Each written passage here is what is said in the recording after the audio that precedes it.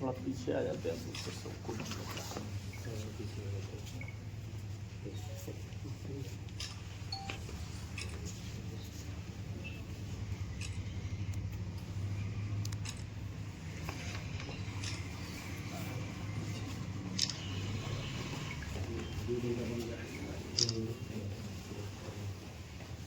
सरकार लूटकांड का भंडाफोड़ हुआ है सर, क्या कहेंगे? 30 अक्टूबर को रात के 9:50 के आसपास डेहरी थाना अंतर्गत जक्की बीघा में एक फ्लिपकार्ट का कलेक्शन सेंटर है।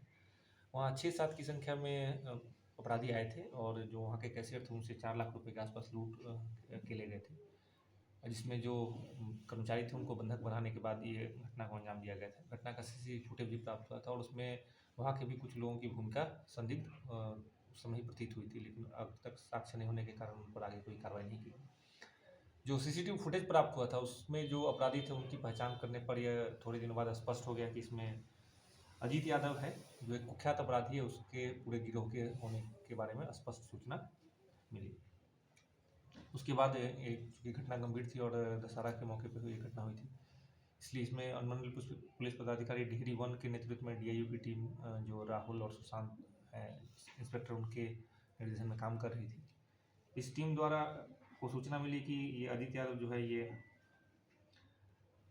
अभी कोड़ीगोला क्षेत्र में ही छुप कर रह रहा है और अलग अलग जगह पे रहता है।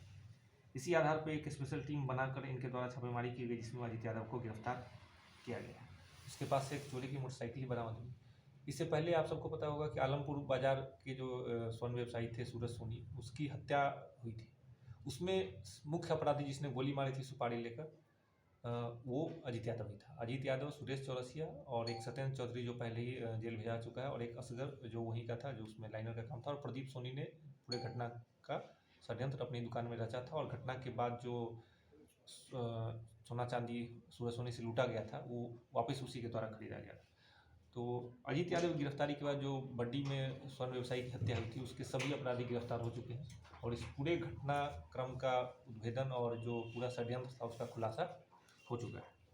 इसके अलावा फ्लिपकार्ट में जो डकैती हुई थी उसमें भी सभी अपराधियों की पहचान की जा चुकी है और उसमें जो स्थानीय अपराधी जिसने इन सब को एक संगठित करके इस पूरे कांड की साजिश रची थी, उनकी भी पहचान की जा चुकी है, जिस पर कार्रवाई की जा रही है।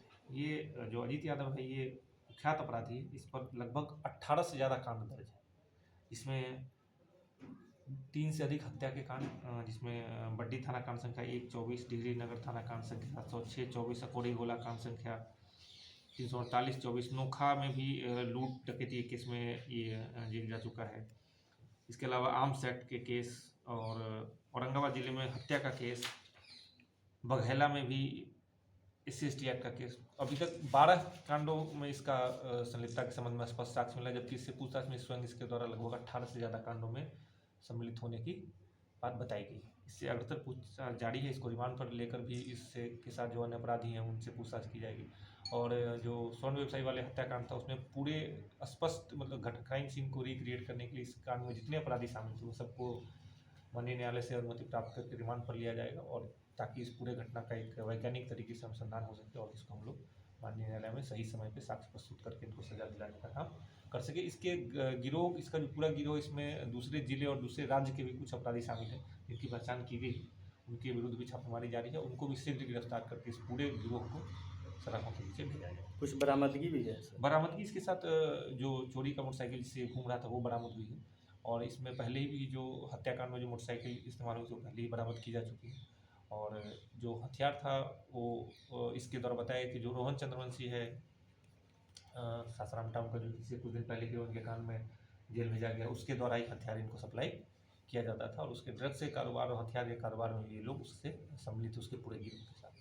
तो उसको भी, उसके गिरोह के भी जो अन्य सदस्य उनको भी रिमांड पर लेकर पहले एक हफ्ते पहले रिमांड पर लिया गया था। उनसे पूछताछ की गई थी और सारी जो उसके सहयोगी अपराधी उनके बारे में जानकारी इकट्ठा की गई। उसी के आधार पर इसमें आगे छापेमारी और अफसर अनुसंधान। कितने रुपए की कैश की लूट हुई थी सर? 4 लाख के आसपास की रकम थी, जिसमें इसका हिस्सा भी 50,000 के आसपास था जो इसने दिया था। और इससे पहले इसने सासाराम में फ्लिपकार्ट का एक लूट कई साल पहले हुआ था जिसमें 27 लाख रुपये लूटे गए थे, तो उसमें भी इसकी संलिप्तता थी। वो पैसा बरामद हुआ सर? वो पुराना घटना, इसमें पहले से ही जेल जा चुका है, इसमें जमानत पर है, लेकिन इसी अपराध की शैली के तहत इसने इस घटना को अंजाम दिया था। धन्यवाद सर।